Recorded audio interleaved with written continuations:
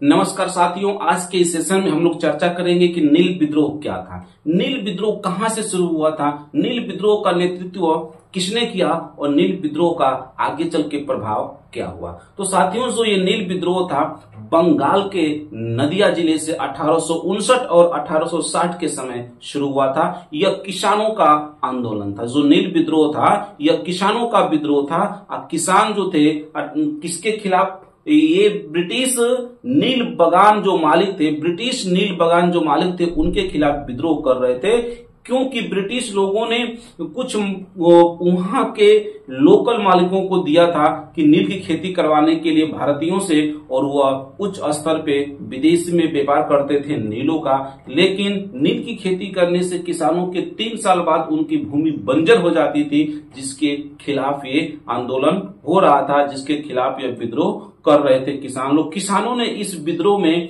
नील की खेती करने से बिल्कुल मना कर दिया कि हम नील की खेती नहीं करेंगे। चूंकि यह जो पहले आंदोलन के रूप में शुरू हुआ था, अहिंसा के साथ शुरू हुआ था, लेकिन यह आगे चल के धीरे धीरे हिंसात्मक हो गया, इसलिए इसका नाम विद्रोह दिया गया। क्योंकि जो आंदोलन होता है उसमें अहिंसा के रास्ते पे चल के, सत्य के रास्ते पे चल के आंदोलन किया जाता है, और जो विद्रोह होता है इसमें हिंसात्मक हिंसा भी होती है। इसलिए इस अहिंसा और हिंसा, ये दोनों जो बात होती है विद्रोह और आंदोलन को जन्म देती है। अर्थात आंदोलन में केवल अहिंसा होता है और विद्रोह में हिंसात्मक हिंसा भी हो जाती है।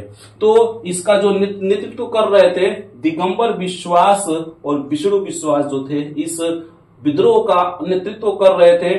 जो किसके खिलाफ था, तो ब्रिटिश नील बगान जो मालिक थे उनके खिलाफ यह आंदोलन चल रहा था। किसान ने नील की खेती करने से इनकार कर दिया था कि साहब हम नील की खेती बिल्कुल नहीं करेंगे, और इसी तर्क को लेकर के, इसी बात को लेकर के जो यह आंदोलन था हिंसात्मक हुआ था, और फिर इसको विद्रोह नाम दिया गया था। किसान जो थे हिंसा का सहारा लिया था, जिससे कि सरकार ने नील आयोग का गठन किया। जब किसानों ने हिंसा का सहारा ले लिया था तो जो वहां की सरकार थी उस नील आयोग का गठन किया था, नील आयोग का गठन किया था। और नील आयोग ने जब इसकी चर्चा की, जब इस पर गहन अध्ययन किया, तो किसानों की शिकायतों को सही ठहराया। जो किसानों की शिकायतें थी उसको सही ठहराया और किसान के पक्ष में उपाय किया, किसान के पक्ष में क्या किया, फैसला किया था। इस आंदोलन की जो चर्चा है दीन बंधु के नील दर्पण किताब में या बुक में, और हरिश्चंद्र मुखर्जी के हिंदू पेट्रियोट बुक में इसकी चर्चा है। ऐसा तो इसका क्या प्रभाव पड़ा था, तो इसका प्रभाव यही पड़ा था कि किसानों ने इस आंदोलन से, किसानों का यह सफल आंदोलन था, इसमें नील की खेती करने को मना कर दिया गया कि किसान नील की खेती नहीं करेंगे बंगाल में। और इसी यहीं से शुरू होता है, बिहार में भी ये खेती चल रही थी, चंपारण आंदोलन, जो कि महात्मा गांधी के नेतृत्व में हो रहा था।